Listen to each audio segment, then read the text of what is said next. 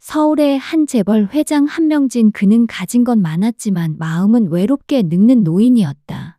한평생을 외로이 살아온 그의 노년에 새로운 감정이 찾아왔다. 한명진의 조카가 새 가정부를 시샘했다. 삼촌, 이 가정부 삼촌의 재산을 노리고 꽃뱀이 확실해요. 여기 증거도 있다니까요. 뭐라고? 그게 사실이냐? 정말 억울해요. 다 증명할 수 있어요. 과연 이들의 이야기는 어떻게 흘러갈까? 운명의 장난처럼 찾아온 인연, 그 이야기를 지금 들려드립니다.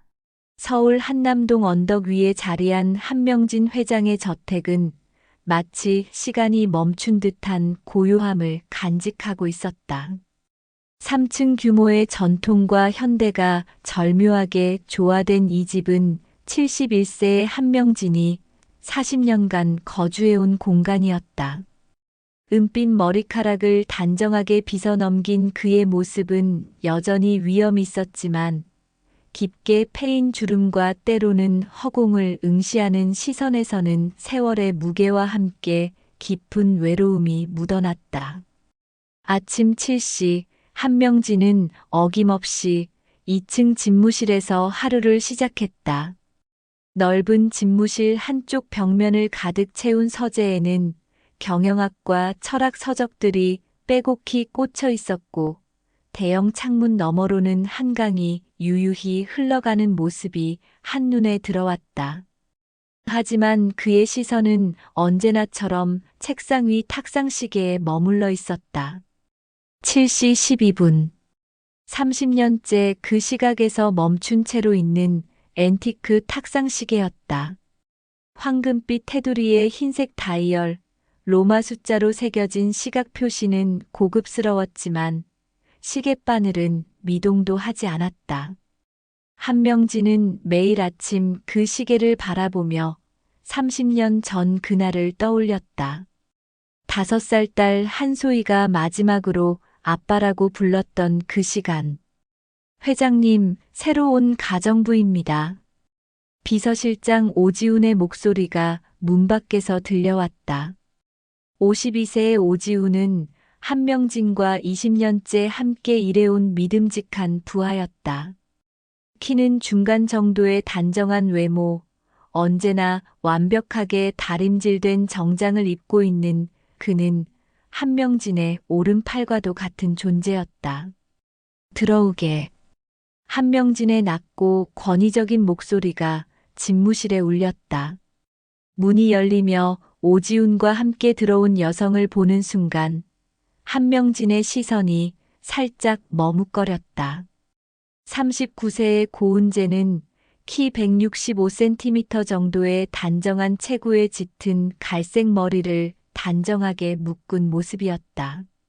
화려하지 않은 소박한 옷차림이지만 깔끔했고 무엇보다 그녀의 차분하고 침착한 인상이 눈에 띄었다. 하지만 한명진의 눈을 사로잡은 것은 그녀가 물잔을 놓는 모습이었다. 안녕하십니다. 고은재입니다. 은재가 정중하게 인사를 하며 한명진 앞 탁자에 물잔을 놓았다. 그런데 그녀는 물잔의 손잡이를 정확히 같은 방향, 시계의 3시 방향으로 돌려놓았다. 한 번이 아니라 무의식적으로 마치 평생 그렇게 해온 것처럼 자연스럽게.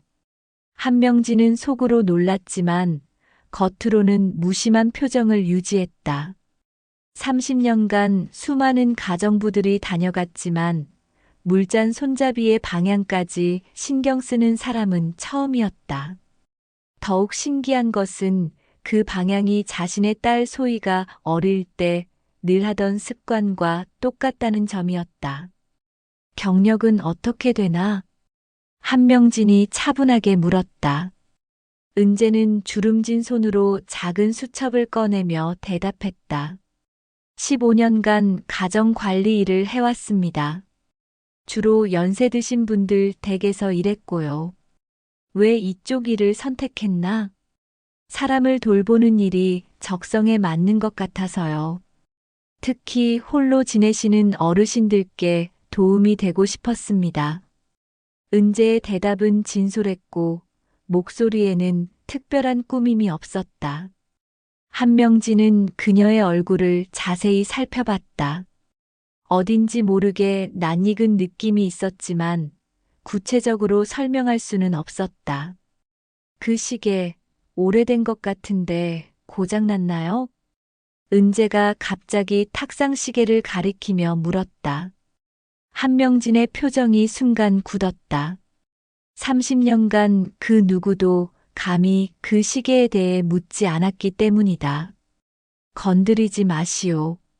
한명진의 목소리는 차갑게 변했다. 하지만 은재는 물러서지 않았다. 죄송합니다만 시계를 보니까 태엽이 문제가 아니라 안쪽 톱니바퀴가 틀어진 것 같아요. 고칠 수 있을 것 같은데. 한명진은 깜짝 놀랐다. 30년간 수많은 시계 기술자들이 그 시계를 보았지만 모두 태엽이 끊어졌다 또는 내부 부품이 노화됐다고만 했다. 하지만 은재는 한 번 보고도 정확히 톱니바퀴 문제를 짚어낸 것이다. 시계를 다룰 줄 아나? 어릴 때부터 왜인지 시계나 작은 기계를 만지는 걸 좋아했어요. 손으로 만지기만 해도 어디가 문제인지 알 수 있거든요. 은재의 말에 한명진은 더욱 놀랐다. 그의 딸 소희도 어릴 때 똑같은 재능을 보였기 때문이다. 장난감 시계를 분해했다가 다시 조립하곤 했던 소희의 모습이 떠올랐다. 일단 청소부터 시작하시오. 한명진은 더 이상 시계 얘기를 하고 싶지 않았다. 은재도 더 묻지 않고 조용히 고개를 끄덕였다. 오지훈이 은재를 안내해 나간 후 한명진은 혼자 남은 집무실에서 탁상시계를 바라봤다. 30년간 7시 12분에 멈춘 그 시계는 그에게 있어 딸과의 마지막 순간을 간직한 소중한 유품이었다. 그날 교통사고로 딸을 잃은 순간의 시간이었다. 설마 그럴 리가. 한명진은 고개를 저었다. 하지만 은재의 물잔 놓는 습관, 시계를 보는 안목, 그리고 어딘지 모르게 낯익은 얼굴. 모든 것이 30년 전 기억을 자극했다. 창밖으로 한강이 여전히 유유히 흘러가고 있었지만 한명진의 마음속에는 오래전 멈춰버린 시간이 다시 움트기 시작하고 있었다. 다음 날 아침, 은재는 이른 시간부터 한명진의 아침 식사를 준비하고 있었다. 넓은 주방에서 그녀는 마치 오래전부터 이 집에서 살았던 것처럼 자연스럽게 움직였다. 냉장고 위치, 각종 조미료가 보관된 장소, 심지어 한명진이 즐겨 사용하는 찻잔까지 모든 것을 단번에 파악했다. 한명진은 매일 아침 7시 30분에 식당에 내려와 정확히 30분간 식사를 했다. 그의 식단은 엄격하게 관리되어 있었다. 흰쌀밥 대신 현미밥, 나트륨이 적은 미역국, 구운 생선, 그리고 각종 나물 반찬들. 당뇨와 고혈압을 관리하기 위한 식단이었지만 그보다 더 까다로운 것은 그의 개인적인 취향이었다. 새로운 가정부식. 한명진이 식당에 내려와 자리에 앉으며 은재를 불렀다. 은재는 앞치마를 두른 채 공손하게 다가왔다. 네, 회장님. 한명진이 말했다. 내 식성을 모르니까 설명해 주지. 우선 소금기 있는 음식은 절대 안 된다. 김치도 소금을 빼고 담근 것만.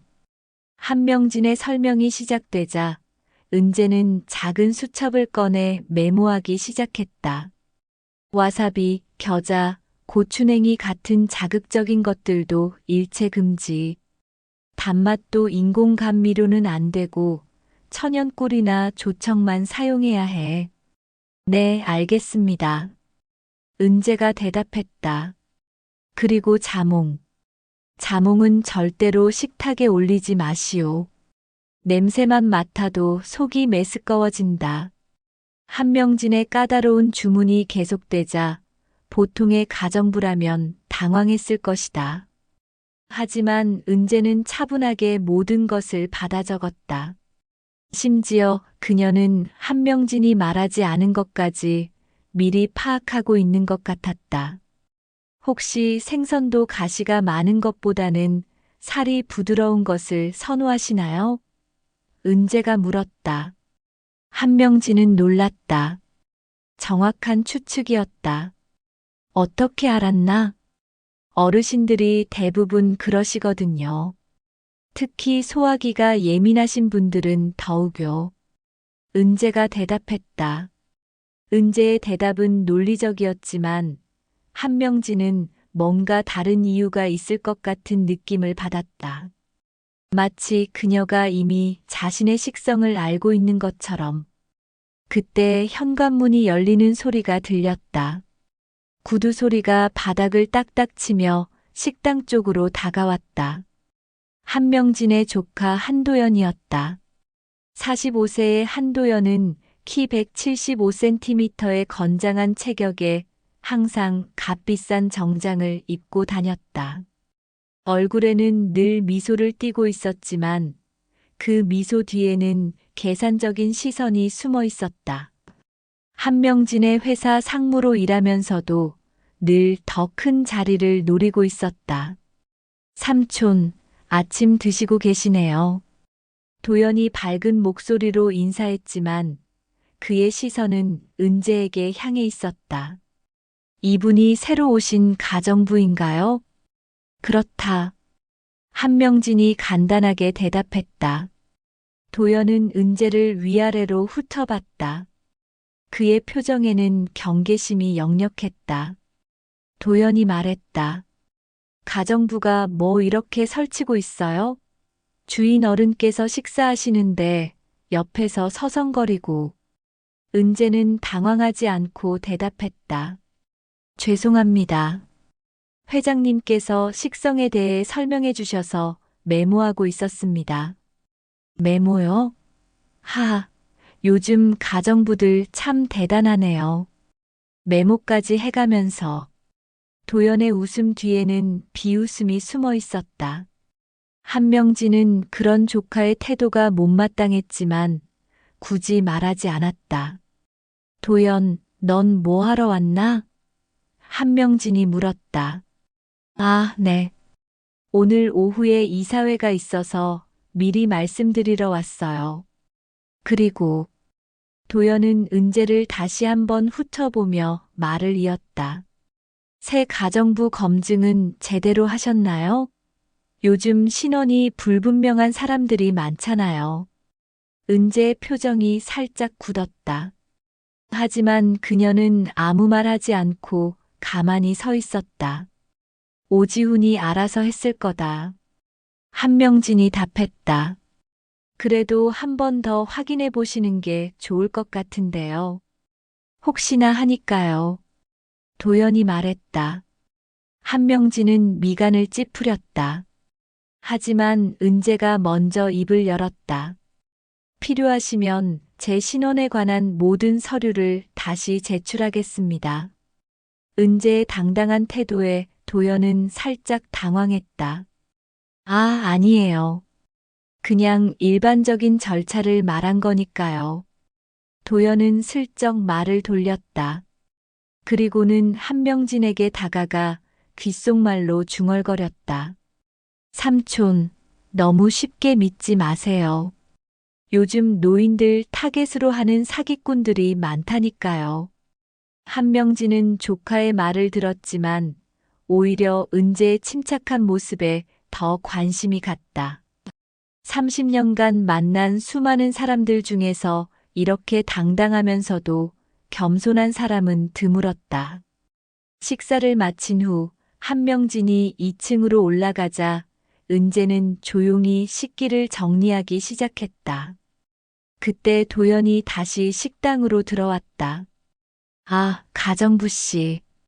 도연이 불렀다. 네. 은재가 대답했다. 제가 하나 물어볼 게 있는데 이 집에 오기 전에 어디서 일하셨어요? 은재는 잠깐 손을 멈췄다가 대답했다. 개인적인 질문인 것 같은데요. 아니에요.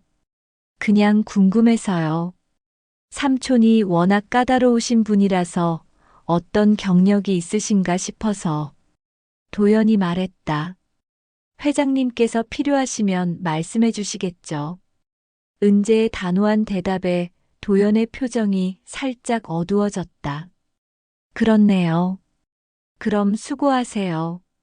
도연이 나간 후 은재는 혼자 식당에서 접시를 닦았다. 그녀의 손길은 능숙했고 무엇보다 이 집의 모든 물건들을 다루는 것이 자연스러웠다. 마치 오래전부터 이곳에 살았던 것처럼. 은재가 한명진의 집에서 일한 지 일주일이 지났다. 그 일주일 동안 한명진은 그녀를 유심히 관찰했다. 매일 아침 물잔을 삼시 방향으로 놓는 습관, 시계를 볼 때마다 보이는 안타까운 표정, 그리고 자신도 모르게 흘리는 작은 습관들. 모든 것이 30년 전 딸의 모습과 겹쳐졌다. 저녁 8시 한명진은 거실에서 뉴스를 보고 있었다. 경제 뉴스가 나오고 있었는데 자신의 회사 주가 하락에 대한 보도였다. 최근 조카 도연이 추진했던 사업이 부진하면서 주주들의 불안감이 커지고 있다는 내용이었다. 젠장. 한명진은 리모컨을 3개 내려놓으며 중얼거렸다. 40년간 일궈온 회사가 조카의 무리한 경영으로 흔들리고 있었다. 하지만 다른 대안이 없었다. 자식이 없는 그에게는 도연이 유일한 후계자였으니까. 그런데 갑자기 가슴 한쪽이 조여오기 시작했다. 처음에는 체한 것 같았지만 곧 숨쉬기가 어려워졌다. 왼쪽 팔에까지 저린 증상이 나타났다. 으악! 한명진은 가슴을 부여잡으며 소파에서 굴러떨어졌다. 심장 발작이었다. 평소 고혈압과 당뇨로 위험군에 속했던 그였지만 막상 이런 상황이 오니 당황스러웠다. 회장님, 마침 2층에서 청소를 하던 은재가 한명진의 신음소리를 듣고 급히 달려 내려왔다. 거실 바닥에 쓰러진 한명진을 보자 그녀는 한순간도 망설이지 않았다. 회장님, 의식은 있으세요? 은재는 즉시 한명진의 넥타이를 풀고 셔츠 단추를 열었다. 그리고는 그를 바닥에 평평하게 눕혔다. 119에 신고해야. 한명진이 가까스로 말하려 했지만 은재는 이미 휴대폰으로 응급실에 전화를 걸고 있었다. 여보세요, 응급실인가요? 71세 남성 환자, 심장 발작 증상입니다. 주소는 서울시 용산구 한남동. 은재의 목소리는 침착했다. 전문 간병인처럼 정확하고 빠른 판단이었다. 그녀는 전화를 끊고 다시 한명진에게 돌아왔다. 회장님, 천천히 숨 쉬세요. 너무 급하게 쉬시면 안 돼요. 은재가 말했다. 고맙네. 한명진은 고통 속에서도 은재의 차분한 대응에 감사했다. 그녀의 손길이 등을 쓸어내리자 조금씩 진정이 되었다.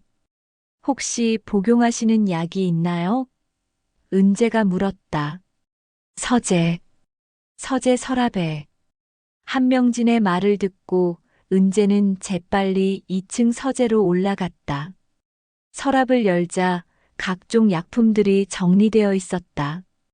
혈압약, 당뇨약, 그리고 응급용 심장약까지. 은재는 주저하지 않고 응급용 약을 들고 내려왔다. 이 약 드세요. 은재가 물과 함께 약을 건네자 한명진은 가까스로 삼켰다. 10분 정도 지나자 호흡이 조금씩 안정되었다. 구급차가 도착한 것은 그로부터 5분 후였다. 응급구조사들이 한명진을 간이 침대에 옮겨 실었다. 보호자이신가요? 응급구조사가 은재에게 물었다. 아니요, 가정부입니다. 하지만 함께 가겠습니다. 은재가 답했다. 가족이나 친척에게 연락은 하셨나요? 지금 연락드릴게요. 병원으로 가는 구급차 안에서 은재는 오지훈에게 연락했다. 그리고는 한도연에게도 연락을 취했다. 회장님 괜찮으실 거예요. 산소 마스크를 쓴 한명진을 보며 은재가 조용히 말했다. 그녀의 목소리에는 진심 어린 걱정이 묻어 있었다. 응급실에서의 검사 결과 다행히 큰 문제는 없었다. 경미한 협심증 발작으로 일주일 정도 안정을 취하면 회복될 것이라는 의사의 진단이었다. 은재 씨 덕분에 큰 고비를 넘겼습니다. 담당 의사가 은재에게 말했다. 초기 대응을 정말 잘하셨어요. 전문 간병 경험이 있으세요? 아니요, 그냥 상황을 보고 한 일이에요. 은재는 겸손하게 대답했다. 하지만 한명진은 그녀의 침착한 대응이 범상치 않다고 생각했다. 병실로 옮겨진 후 한명진은 은재를 불렀다. 은재 씨. 한명진이 말했다. 네, 회장님. 은재가 답했다. 고맙네. 자네가 없었으면 정말 큰일 날 뻔했어. 한명진의 진심 어린 감사 인사에 은재는 미소를 지었다. 당연한 일 했을 뿐이에요. 은재가 말했다. 당연한 일이 아니야. 요즘 같은 세상에 이런 일은 당연하지 않아. 한명진은 은재를 바라보며 뭔가 깊은 감정을 느꼈다. 30년간 혼자 지내면서 이렇게 진심으로 자신을 걱정해주는 사람을 만난 것은 처음이었다. 그때 병실 문이 열리며 한도연이 들어왔다. 그의 얼굴에는 걱정보다는 다른 감정이 어려 있었다. 삼촌, 괜찮으세요? 도연이 물었다. 응, 괜찮다. 한명진이 답했다. 어떻게 이런 일이? 평소에 건강관리 잘하셨는데. 도연의 말에 한명진은 피로한 표정을 지었다. 나이가 들면 언제든 일어날 수 있는 일이야. 한명진이 말했다. 그렇긴 하지만 앞으로 더 조심하셔야겠어요. 도연은 은재를 힐끗 쳐다보며 덧붙였다. 가정부 씨가 잘 대처해 주신 것 같네요. 그렇지. 은재 씨 덕분이야. 한명진의 고마워하는 모습을 본 도연의 얼굴에 미묘한 변화가 일었다. 조카로서는 달갑지 않은 상황이 벌어지고 있었다. 한명진이 병원에서 사흘을 보내고 집으로 돌아온 날, 은재는 평소보다 더 세심하게 그를 돌봤다. 의사의 지시에 따라 절대 안정이 필요했기 때문에 은재는 2층 집무실까지 식사를 가져다 드렸고 하루 3번씩 혈압을 체크했다. 회장님, 오늘 혈압은 정상이에요. 은재가 혈압계를 정리하며 말했다. 한명진은 침대에 누워 창밖을 바라보고 있었다. 은재 씨, 고마워. 자네가 아니었으면. 한명진이 말했다. 그런 말씀 마세요. 저한테는 당연한 일이에요. 은재의 대답에 한명진은 고개를 돌려 그녀를 바라봤다. 당연한 일이라는 표현이 마음에 와닿았다. 마치 가족을 돌보는 것처럼 자연스러운 태도였다. 그런데 은재 씨, 자네는 가족이 없나? 한명진의 질문에 은재는 잠깐 손을 멈췄다. 없어요. 은재가 간단히 답했다. 결혼은 한 번 했다가 일찍 헤어졌어요. 자식은 없어요. 짧은 대답들이었지만 은재의 표정에는 깊은 아픔이 스쳐갔다. 한명진도 더 이상 묻지 않았다. 각자의 상처가 있다는 것을 알았기 때문이다. 그 시계, 정말 고칠 수 있나? 한명진이 갑자기 탁상 시계를 가리키며 물었다. 30년간 누구에게도 허락하지 않았던 그 시계를 말이다. 은재는 놀란 표정을 지었다. 지난번에 시계 얘기를 꺼냈을 때 차갑게 반응했던 한명진이었는데 이번에는 먼저 말을 꺼낸 것이다. 한번 봐도 될까요? 은재가 조심스럽게 물었다. 그래. 한명진의 허락을 받고 은재는 조심스럽게 탁상 시계에 다가갔다. 황금빛 테두리의 앤티크 시계는 확실히 고급품이었다. 하지만 30년간 먼지가 쌓여 있어서 원래의 광택을 잃고 있었다. 일단 분해해봐야 정확히 알 수 있을 것 같아요. 은재가 말했다. 분해? 한명진이 물었다. 네. 하지만 혹시 특별한 의미가 있는 시계라면. 한명진은 잠깐 망설였다. 30년간 그 누구도 건드리지 못하게 했던 시계였다. 하지만 이상하게도 은재에게는 맡겨도 될 것 같은 믿음이 생겼다. 해보게. 한명진이 허락했다. 은재는 조심스럽게 시계 뒷면을 열었다. 작은 드라이버로 나사를 하나씩 풀어가면서 내부를 살펴봤다. 그런데 시계를 완전히 분해하던 중 그녀의 손이 멈췄다. 시계 내부 깊숙한 곳에서 작은 물건이 나온 것이다. 작은 아이용 팔찌였다. 빨간색 끈에 작은 별 모양 장식이 달린 5살 정도 아이가 찰 법한 팔찌였다. 이게 은재가 팔찌를 들어 올리자 한명진의 얼굴이 창백해졌다. 그건 내 딸이 차던 팔찌다.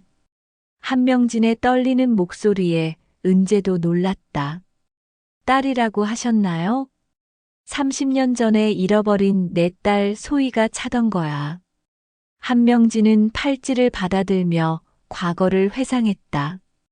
교통사고가 나던 그날 소희는 그 팔찌를 차고 있었다. 사고 후 병원에서 의식을 잃은 소희의 팔목에 있던 그 팔찌가 어떻게 시계 안에 들어갔는지는 모르지만 분명히 소희의 것이었다. 팔찌 매듭이 풀어져 있네요. 은재가 팔찌를 자세히 보며 말했다. 그리고는 자연스럽게 매듭을 다시 묶기 시작했다. 그런데 그녀의 손놀림이 남달랐다. 마치 수없이 해본 것처럼 능숙하고 빨랐다. 한명진은 그 모습을 보며 소름이 돋았다. 소희도 어릴 때 그런 식으로 팔찌를 묶곤 했기 때문이다. 특별한 매듭법으로 다른 아이들과는 다르게. 어디서 배웠나? 그런 매듭법을. 한명진의 질문에 은재는 손을 멈췄다. 그리고는 자신도 놀란 표정을 지었다. 저도 왜 이렇게 묶는지 몰라요. 그냥 손이 알아서. 은재가 당황하며 말했다. 손이 알아서? 네. 어릴 때부터 이런 매듭을 자주 묶었던 것 같아요. 하지만 구체적인 기억은 없어요. 은재의 대답에 한명진의 심장이 빨라졌다. 설마, 정말 설마. 은재 씨, 자네 나이가 어떻게 되나? 한명진이 물었다. 39세입니다. 39세. 30년 전 사고 당시 소희는 5살이었다. 지금 살아있다면 35세가 되어야 했다. 4년의 차이가 있었지만 사고 당시 기록이 정확하지 않을 수도 있었다. 어디서 자랐나? 한명진이 떨리는 목소리로 물었다. 고아원에서요. 한명진의 숨이 막혔다. 고아원? 네. 5살쯤 됐을 때부터 기억하는데 그때 이미 고아원에 있었어요. 그 전 기억은 없고요. 5살 때부터? 네. 사고로 기억을 잃었다고 하더라고요. 한명진은 더 이상 말할 수 없었다. 모든 퍼즐이 맞아떨어지고 있었다. 5살의 기억을 잃고 고아원으로 간 아이.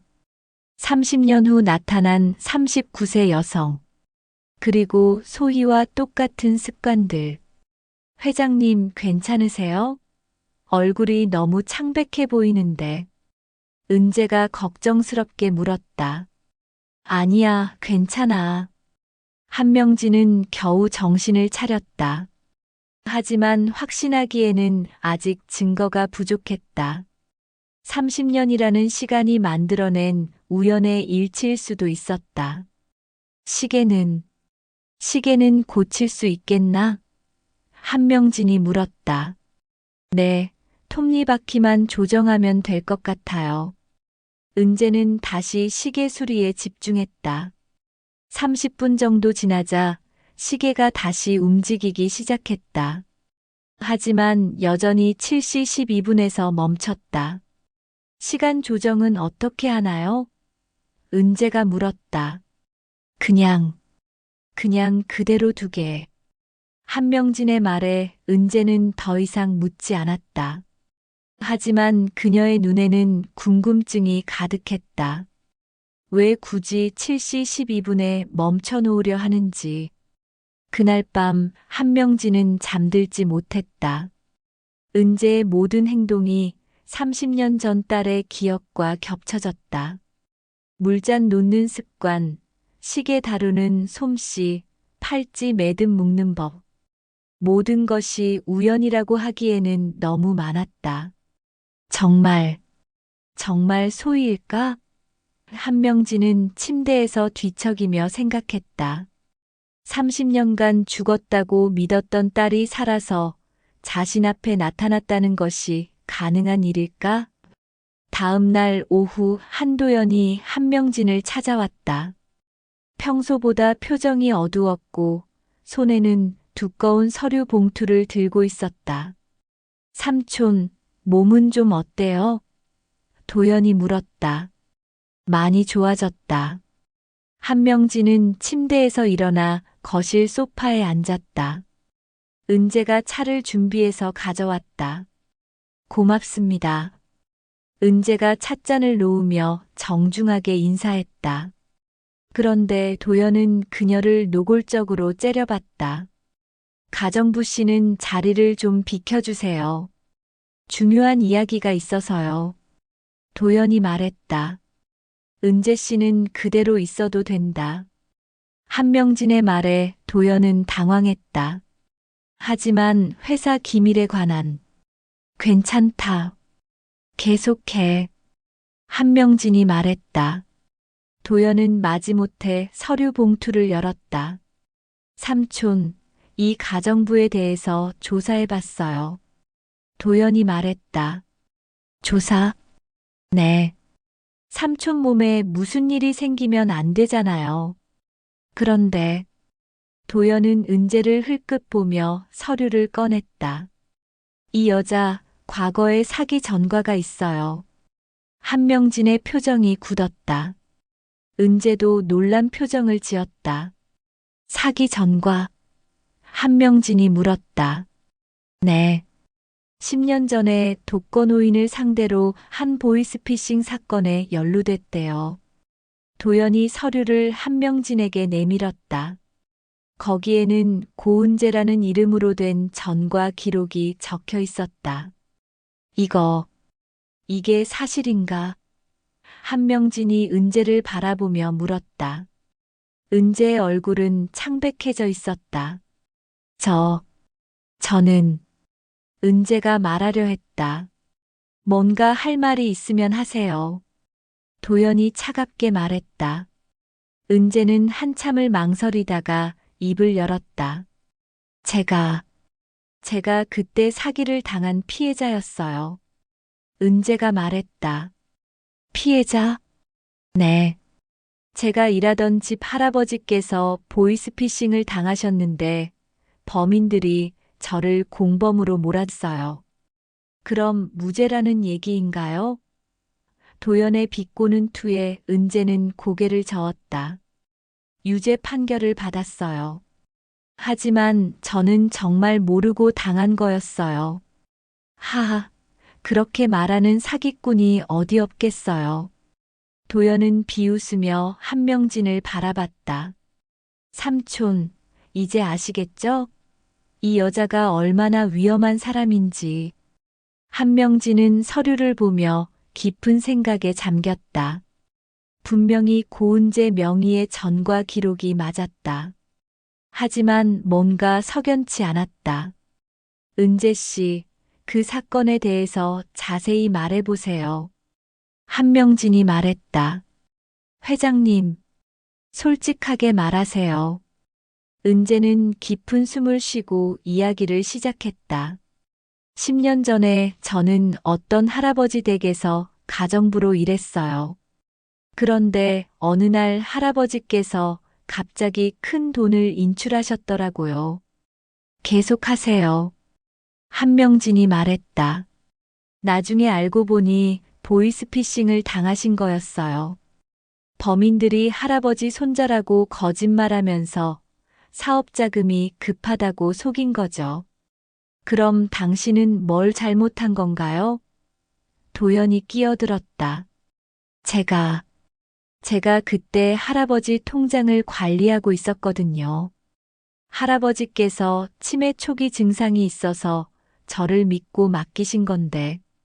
은재의 목소리가 떨렸다. 범인들이 할아버지를 속일 때 제 이름을 사용한 거예요. 할아버지 손자 친구 이름이 고은재라고 하면서. 그럼 정말 억울하게 당한 건가? 한명진의 질문에 은재는 고개를 끄덕였다. 하지만 법정에서는 제가 공범이라고 판결했어요. 물증이 부족했거든요. 도연은 여전히 의심스러운 표정이었다. 그런 억울한 일이 있다면 왜 항소하지 않았어요? 도연이 물었다. 했어요. 하지만 2심에서도 같은 판결이 나왔어요. 은재의 대답에 한명진은 뭔가 느꼈다. 그녀의 표정과 목소리에서 진실성이 느껴졌다. 삼촌, 설마 이런 말을 믿으시는 거 아니죠? 도연이 다급하게 말했다. 사기꾼들은 원래 이렇게 그럴듯한 스토리를 만들어내요. 조카, 자네는 이만 가봐. 한명진의 단호한 말에 도연은 당황했다. 삼촌? 나는 은재 씨를 믿는다. 하지만, 가봐. 도연은 마지못해 서류를 정리하며 자리에서 일어났다. 하지만 나가면서도 은재를 의심스럽게 바라봤다. 삼촌, 나중에 후회하지 마세요. 도연이 나간 후 거실에는 한명진과 은재만 남았다. 회장님 저 때문에 조카분과 사이가 틀어지는 건 아닌지 걱정돼요. 은재가 말했다. 괜찮다. 사람을 보는 눈은 나쁘지 않거든. 한명진의 말에 은재는 고마워했다. 감사합니다. 정말 감사해요. 하지만 은재 씨, 한명진이 말했다. 네. 나도 궁금한 게 있어. 왜 하필 내 집에 오게 됐나? 은재는 잠깐 망설였다. 사실 우연이 아니었어요. 은재가 고백했다. 우연이 아니라고. 제가 회장님 집을 알아보고 지원한 거예요. 한명진의 표정이 변했다. 왜? 이상하게 이 집이 친숙했거든요. 주소를 보는 순간부터 은재의 고백에 한명진의 심장이 뛰기 시작했다. 친숙했다고? 네. 왜 그런지는 모르겠지만 꼭 와야 할 것 같은 느낌이 들었어요. 한명진은 더 이상 의심할 수 없었다. 모든 상황이 우연이라고 하기에는 너무 많은 연결고리가 있었다. 그날 저녁 한명진은 식당에서 혼자 식사를 하고 있었다. 평소와 달리 은재는 음식만 준비해두고 주방에서 설거지를 하고 있었다. 낮에 있었던 도연의 폭로로 인해 어색한 분위기가 흘렀기 때문이다. 은재 씨. 한명진이 은재를 불렀다. 네, 회장님. 은재가 대답했다. 같이 식사하지 그래. 아, 괜찮습니다. 저는 나중에. 괜찮다. 이리 와서 앉아. 한명진의 말에 은재는 주저하며 식탁에 앉았다. 평소 가정부와 함께 식사하는 일은 없었지만 오늘은 특별히 그러고 싶었다. 많이 당황스러웠겠군. 한명진이 말했다. 조금 그렇긴 해요. 과거 일로 사람을 판단하지는 않으니까 걱정 말게. 한명진의 따뜻한 말에 은재는 안도의 한숨을 쉬었다. 그런데 함께 식사를 하면서 한명진은 또 다른 놀라운 사실을 발견했다. 은재가 밥을 먹는 순서가 자신과 똑같은 것이다. 나물부터 먹고 그 다음 생선, 그리고 고기, 마지막에 국물로 마무리하는 순서. 이는 한명진의 어머니가 어릴 때부터 가르쳐준 식사법이었고 자연스럽게 딸 소희에게도 전해진 습관이었다. 은재 씨, 식사 순서가 특이하네. 한명진이 말했다. 네. 은재가 물었다. 나물부터 먹는 습관 말이야. 은재는 자신도 모르게 그렇게 먹고 있었다는 것을 깨달았다. 아, 저도 모르게. 어릴 때부터 이렇게 먹었던 것 같아요. 누가 가르쳐 줬나? 잘 기억이. 고아원에서 배웠나 봐요. 하지만 한명진은 알고 있었다. 일반적인 식사법이 아니라는 것을. 이건 분명히 집안에서 내려오는 특별한 습관이었다. 은재 씨, 어디서 자랐다고 했지? 한명진이 물었다. 고아원에서요. 5살부터요. 어느 고아원? 용인에 있는 사랑의 집이라는 곳이었어요. 한명진의 심장이 뛰었다. 30년 전 소희가 실종된 후 그는 온갖 고아원을 다 뒤져봤다. 그중 하나가 바로 용인의 사랑의 집이었다. 혹시 거기서 자란 아이들 중에 기억을 잃고 온 아이가 있었나? 한명진의 질문에 은재는 놀란 표정을 지었다. 어떻게 아세요? 저요. 저 말고도 몇 명 더 있었어요. 몇 명? 네. 사고로 기억을 잃고 온 아이들이 몇 명 있었거든요. 저도 그중 한 명이고요. 한명진은 더 이상 참을 수 없었다. 모든 퍼즐이 맞아떨어지고 있었다. 은재 씨, 솔직히 말해줬으면 하는데. 한명진이 말했다. 네. 혹시 자네가 내 딸 소희가 아닐까 하는 생각이 드는데. 은재는 깜짝 놀라며 젓가락을 떨어뜨렸다. 딸이라고요? 30년 전에 교통사고로 잃어버린 내 딸이 있어. 그때 5살이었는데. 그럼 지금 35살이어야 하는데 저는 39살이에요. 나이는 기록이 정확하지 않을 수도 있어. 한명진은 은재의 손을 잡았다. 자네의 모든 습관이 소희와 똑같아. 물잔 놓는 법, 시계 다루는 솜씨, 팔찌 매듭 묶는 법, 심지어 밥 먹는 순서까지. 은재는 당황했다. 하지만 저는 기억이 없어요. 기억은 잃었지만 몸이 기억하고 있는 거야. 한명진의 말에 은재는 혼란스러워했다. 정말 그럴까요? 확실히 하려면 검사를 받아봐야겠지만 내 직감으로는 틀림없어. 그때 현관문이 열리는 소리가 들렸다. 한도연이 다시 찾아온 것이다. 삼촌. 도연이 급하게 식당으로 들어왔다. 그리고 한명진과 은재가 함께 식사하는 모습을 보고 경악했다. 뭐 하고 계시는 거예요? 도연이 소리쳤다. 식사하고 있잖아. 한명진이 답했다. 가정부와 함께요? 왜 안 되나? 도연은 은재를 노려보며 소리쳤다. 이 여자가 뭘 했길래 이렇게까지 하시는 거예요? 혹시 무슨 약이라도 탔나? 뭔 소리야? 한명진이 화를 냈다. 도연은 더욱 흥분했다. 분명히 이상한 짓을 하고 있을 거예요. 사기꾼이 어떤 수를 쓰는지 아세요? 그만해. 한명진이 소리쳤다. 삼촌, 정신 차리세요. 이 여자 때문에 가문이 망할 수도 있어요. 도연의 말에 은재가 자리에서 일어났다. 죄송합니다. 제가 나가겠어요. 은재가 말했다. 은재 씨 앉아. 한명진이 은재를 붙잡았다. 도연, 너야말로 정신 차려. 은재 씨는 내 딸이야. 딸이라고요? 도연은 경악했다.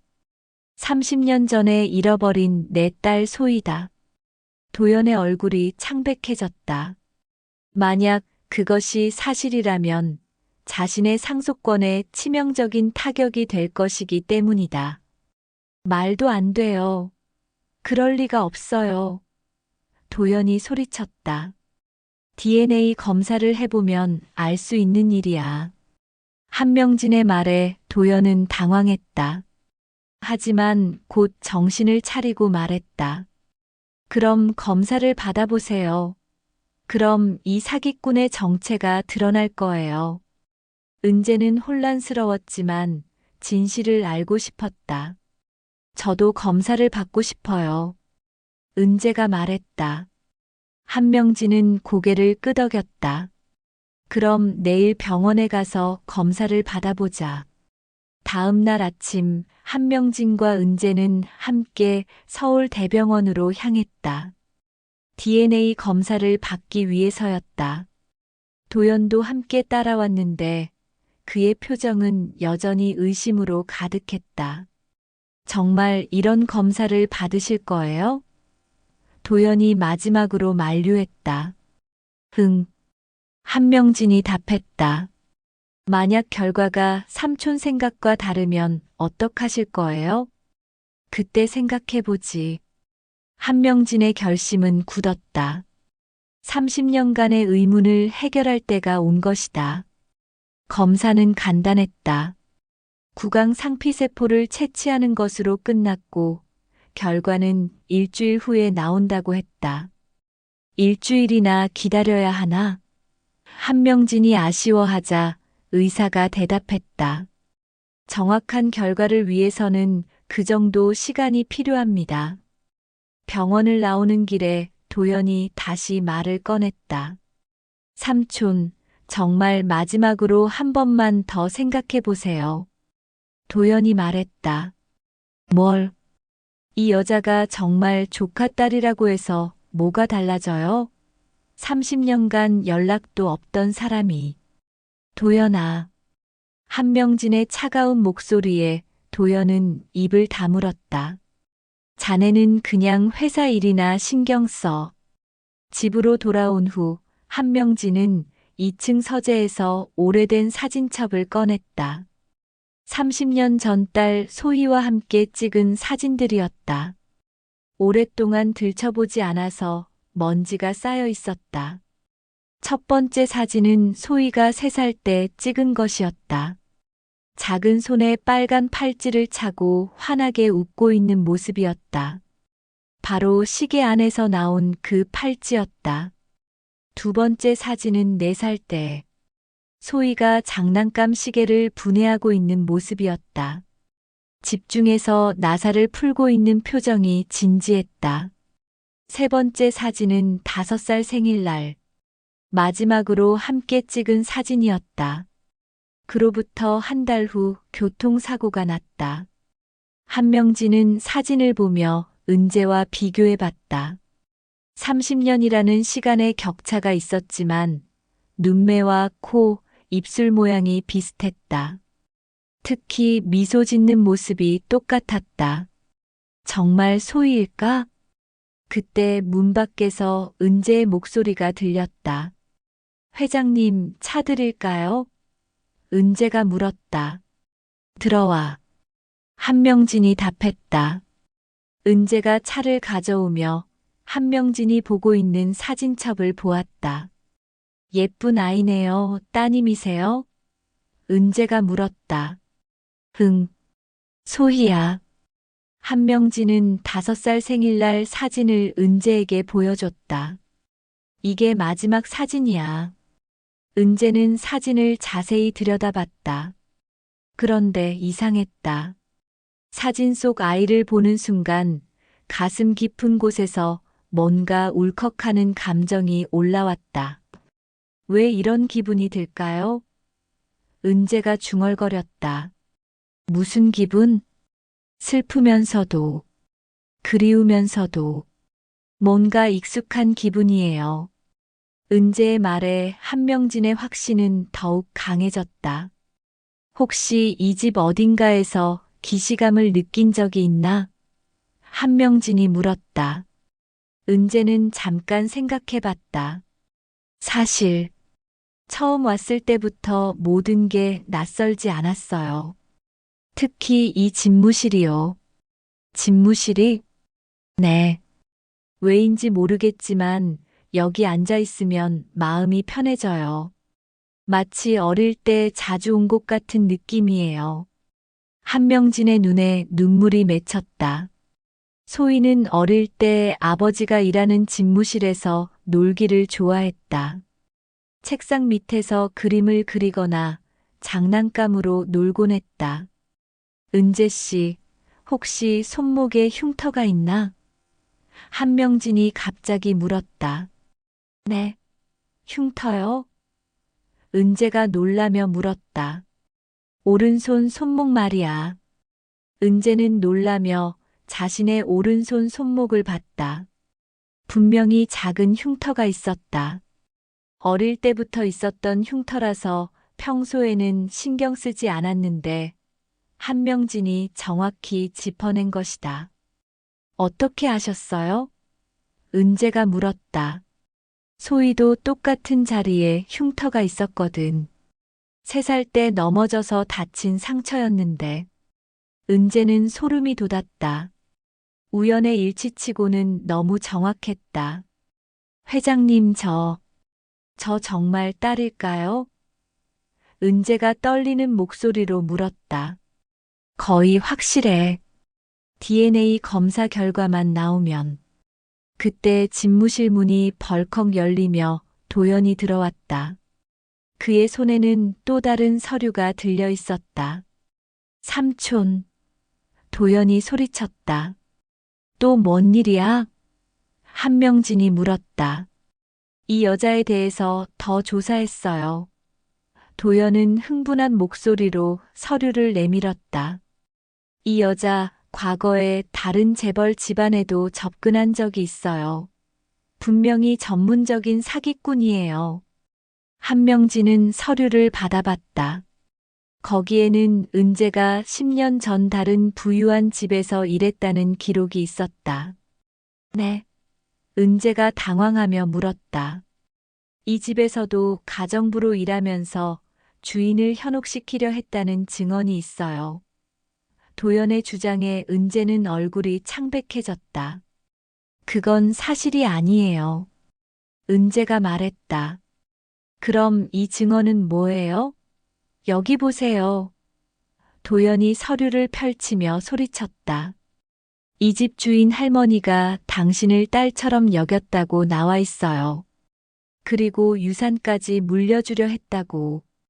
그건 은재가 말하려 했지만 도연이 끊었다. 똑같은 수법이에요. 딸이라고 속여서 유산을 빼앗으려는. 한명진은 서류를 자세히 읽어봤다. 분명히 의심스러운 내용들이 있었다. 은재 씨, 이 내용이 사실인가? 한명진이 물었다. 일부는 사실이에요. 은재의 인정에 도연은 승리한 듯한 표정을 지었다. 하지만 은재의 표정에는 억울함이 가득했다.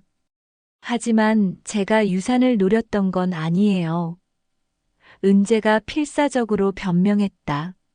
그 할머니께서 자식이 없어서 외로워하셨는데 제가 진심으로 모셨을 뿐이에요. 그럼 왜 유산 상속자로 지정됐어요? 도연이 추궁했다. 그건 할머니께서 일방적으로 하신 일이에요. 저는 사양했어요. 사양했다고요? 그럼 왜 받았어요? 도연의 추궁에 은재는 대답할 수 없었다. 실제로 그 할머니의 유산을 일부 상속받았기 때문이다. 한명진은 복잡한 심정이었다. DNA 검사 결과가 나오기 전까지는 확신할 수 없었지만 이런 과거가 있다는 것이 의심스러웠다. 은재 씨, 솔직히 말해보세요. 한명진이 말했다. 자네가 정말 내 딸이라면 이런 의심을 받을 일을 하지 않았을 텐데. 은재의 눈에 눈물이 맺혔다. 저는 진심이었어요. 그 할머니께도 회장님께도. 그럼 증명해 보세요. 도연이 끼어들었다. DNA 검사 결과가 나올 때까지 이 집을 나가세요. 그게 진짜 딸의 도리 아닌가요? 은재는 한명진을 바라봤다. 그의 표정에서 신뢰가 흔들리는 것을 느낄 수 있었다. 회장님, 정말 나가야 할까요? 은재가 물었다. 한명진은 한참을 고민했다. 마음으로는 은재를 믿고 싶었지만 너무 많은 의혹이 있었다. 일주일 후 결과가 나올 때까지는 조금 떨어져 있는 게 좋겠어. 한명진이 말했다. 은재의 얼굴에서 실망이 스쳤다. 알겠습니다. 은재가 답했다. 그날 저녁 은재는 짐을 싸서 집을 나갔다. 한명진은 창가에서 그녀가 떠나는 모습을 바라봤다.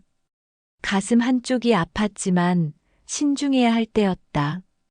도연은 만족한 표정으로 한명진 옆에 섰다. 잘하셨어요, 삼촌. 사기꾼에게 속을 뻔했잖아요. 도연이 말했다. 하지만 한명진은 대답하지 않았다.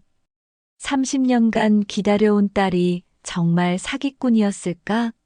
아니면 정말 운명적인 재회였을까? 일주일이 지나고 DNA 검사 결과가 나왔다.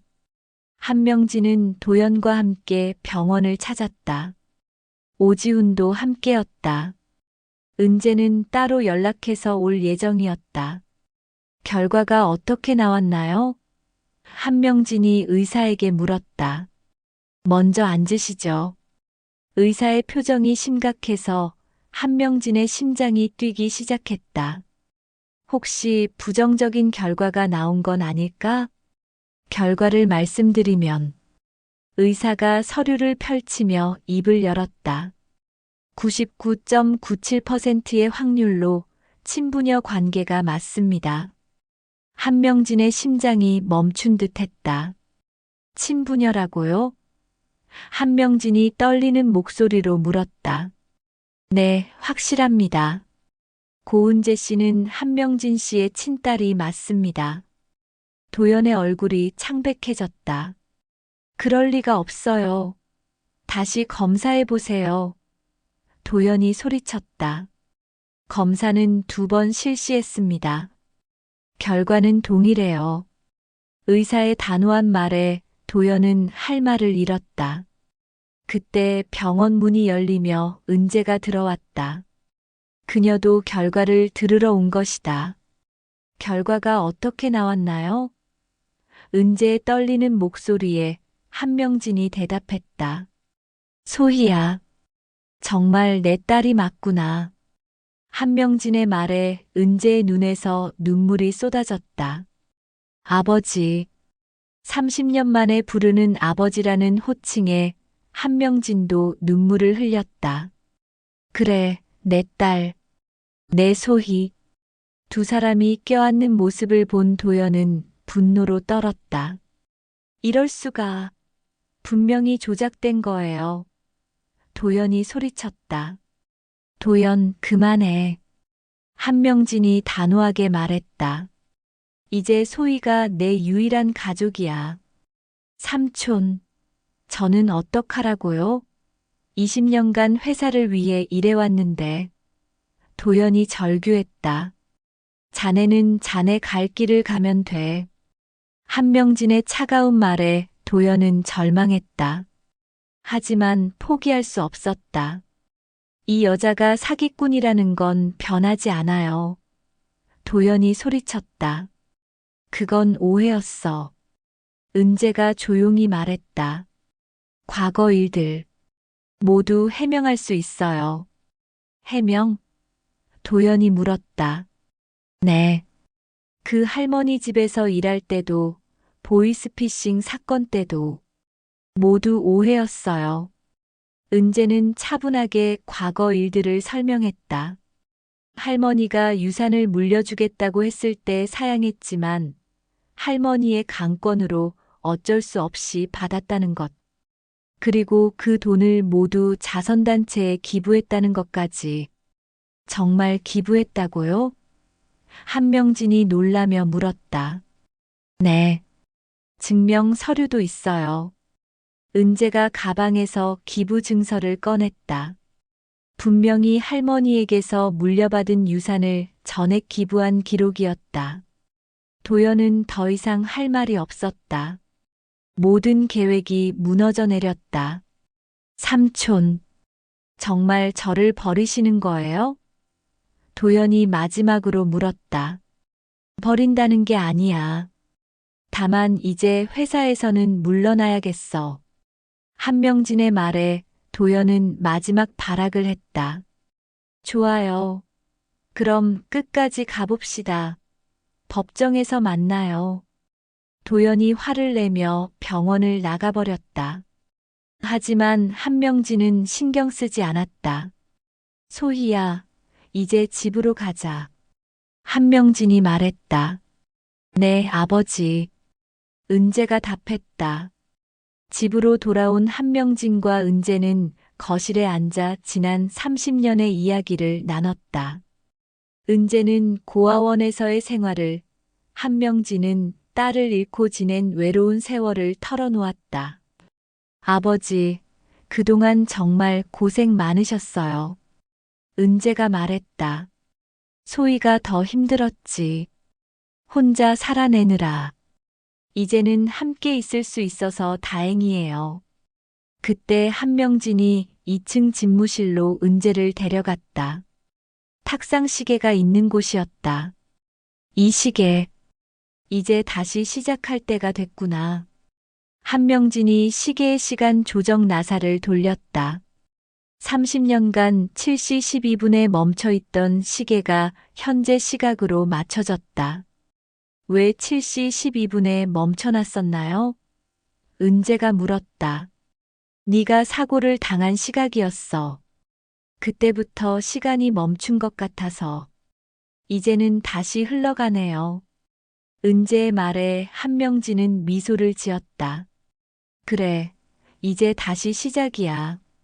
시계 바늘이 째깍째깍 소리를 내며 움직이기 시작했다.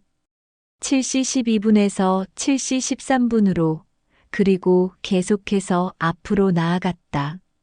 한 달 후 도연은 결국 법정 다툼에서 패했다. 그는 회사에서 완전히 물러나야 했고, 한명진의 모든 재산은 은재가 상속받게 되었다. 아버지, 회사 일은 제가 잘 모르는데. 은재가 말했다. 천천히 배우면 돼. 오지훈이 도와줄 거야. 한명진이 답했다. 오지훈은 진심으로 은재를 환영했다. 20년간 한명진을 보자 하면서 그가 얼마나 딸을 그리워했는지 잘 알았기 때문이다. 따님을 찾으셔서 정말 다행입니다. 오지훈이 말했다. 고맙다, 지훈아. 자네도 고생이 많았어. 한명진이 답했다. 그날 저녁 한명진과 은재는 함께 식사를 했다. 이제는 어색함이 전혀 없었다. 30년의 공백이 있었지만 혈육의 정은 금세 회복되었다. 아버지, 앞으로 더 건강하셔야 해요. 은재가 말했다. 소희가 옆에 있으니까 건강해질 거야. 저도 아버지 곁에서 효도하며 살고 싶어요. 고맙다, 내 딸. 식사 후 두 사람은 집무실로 올라갔다. 탁상시계는 여전히 째깍째깍 소리를 내며 시간을 재고 있었다. 이제 정말 시간이 흐르고 있네요. 은재가 시계를 보며 말했다. 그래. 멈춰있던 시간이 다시 흘러가고 있어. 한명진은 창밖을 바라봤다. 한강이 여전히 유유히 흘러가고 있었다. 시간도 강물도 그리고 인생도 계속 흘러간다. 소희야. 한명진이 불렀다. 네, 아버지. 앞으로 우리 함께 행복하게 살자. 네, 꼭요. 탁상시계의 바늘이 팔씨를 가리켰다. 30년간 멈춰있던 시간은 이제 다시 흐르기 시작했다. 그리고 한명진과 은재의 새로운 시간도 함께 시작되었다. 멈춘 시계가 다시 움직이기 시작한 그날, 30년 만에 찾은 부녀의 이야기는 새로운 장을 열어가고 있었다. 시간은 멈추지 않았다. 30년 만에 잃어버린 시간이 다시 흐르기 시작했다. 그리고 진정한 가족의 의미를 깨달은 두 사람의 새로운 인생이 시작되었다.